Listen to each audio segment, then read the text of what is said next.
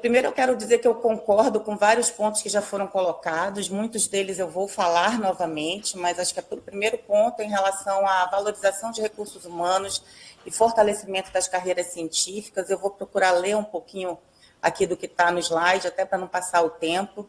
Então, a base da ciência está nas pessoas que a fazem acontecer, pessoas pesquisadoras, estudantes, técnicos e gestores. Valorizar esses profissionais é condição indispensável para o avanço da ciência e da inovação. Isso passa por políticas consistentes de formação, remuneração e reconhecimento, bem como por bolsas de pesquisa com valores compatíveis com o custo de vida e com a responsabilidade intelectual exigida. É necessário também criar trajetórias profissionais que garantam estabilidade e perspectiva de crescimento. E precisamos ampliar a diversidade da ciência brasileira, garantindo a presença ativa de mulheres. E fico muito feliz que temos uma mulher à frente da SBPC, temos uma mulher à frente da ABC, mas também dos povos indígenas, quilombolas e outros grupos historicamente subrepresentados. A produção de conhecimento se enriquece quando reflete a pluralidade de vozes, saberes e experiências do país. E eu falar um pouco da burocracia, o que já foi colocado, né, excesso de normas sobrepostas e divergências procedimentais, o ambiente normativo que regula a execução de recursos de fomento à pesquisa caracteriza-se por forte fragmentação e sobreposição de normas entre diferentes órgãos de controle e agências de fomento, dependendo da origem do recurso, CAPES, CNPq, FINEP, FAPES, empresas ou convênios internacionais, variam significativamente a forma de ingresso dos valores nas instituições, os tipos de instrumentos jurídicos exigidos, convênio, TED, termo de outorga, contrato ou acordo, os mecanismos de liberação financeira e, sobretudo, que também já foi colocado aqui pelo deputado Vitor Lippe, os modelos de prestação de contas.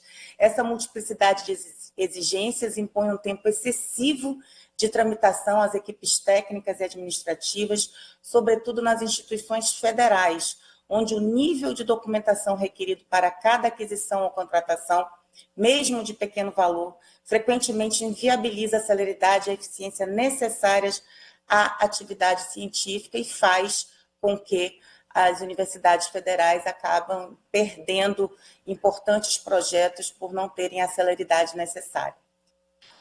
Também falar um pouquinho sobre a parte de importação. O processo de importação de insumos e equipamentos enfrenta duas barreiras centrais. E aqui já foi colocado o importa fácil e também o problema do nosso teto de importação. Então, o volume atual de operações de importação permitido pelo Brasil é inferior ao montante de recursos liberados nos editais de fomento, criando uma limitação estrutural à execução plena dos projetos. Essa restrição foi reconhecida pelo próprio CNPq, e aqui temos o nosso ex-presidente, o que evidencia um descompasso entre as políticas de fomento e os mecanismos de importação disponíveis. E, operacional, os trâmites internos, tanto nas universidades quanto nas fundações de apoio, continuam lentos e excessivamente burocráticos. E aqui tem um dos nossos principais problemas.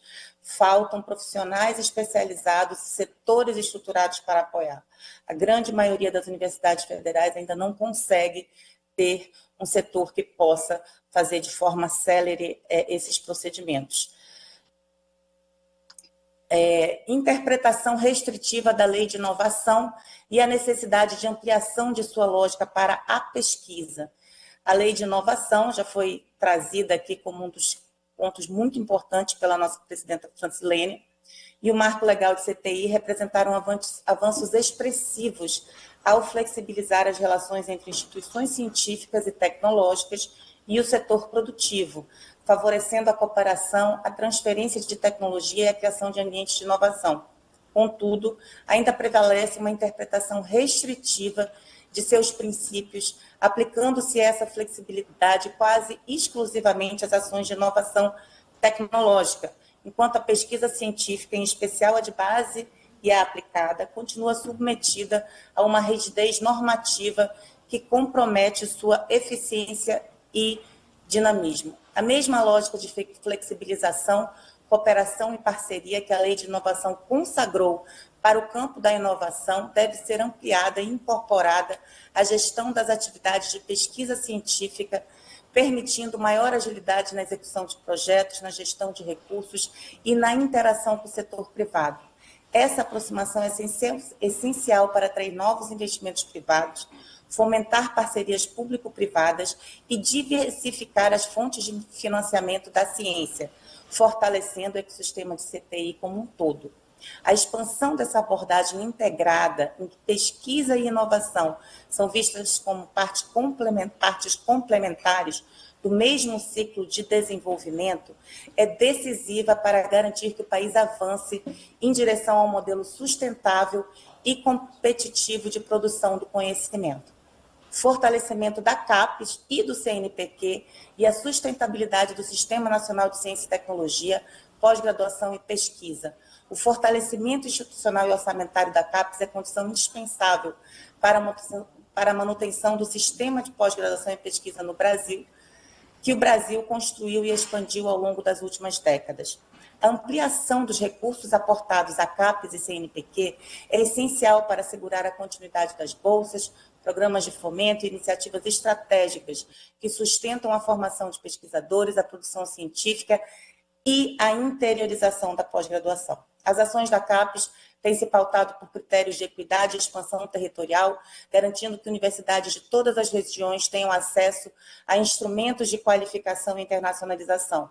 Por isso, reforçar o papel da CAPES significa investir na coesão e na vitalidade de um sistema que é pilar na soberania científica nacional e referência na América Latina. Eu preciso falar também das desigualdades regionais e potencial de desenvolvimento territorial.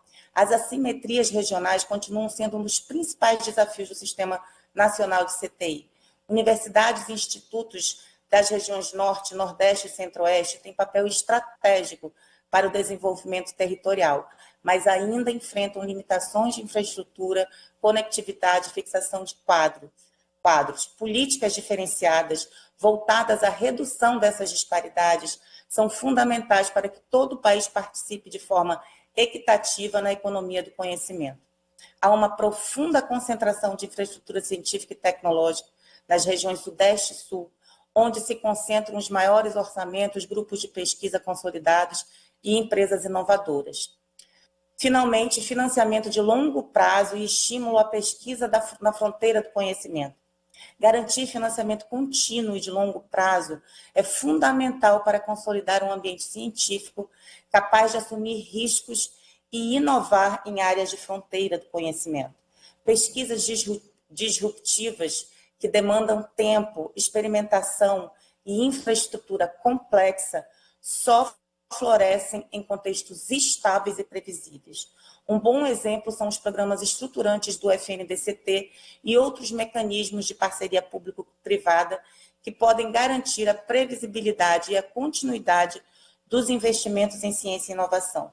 Esses instrumentos são fundamentais para sustentar pesquisas de fronteira que exijam tempo, risco e experimentação, ao mesmo tempo em que estimulam a criação de empresas de base tecnológica e oportunidades para jovens pesquisadores. Ao assegurar condições duradouras para que cientistas e empreendedores desenvolvam projetos de alto impacto no país, o Brasil fortalece sua soberania científica, retém talentos e amplia sua competitividade global.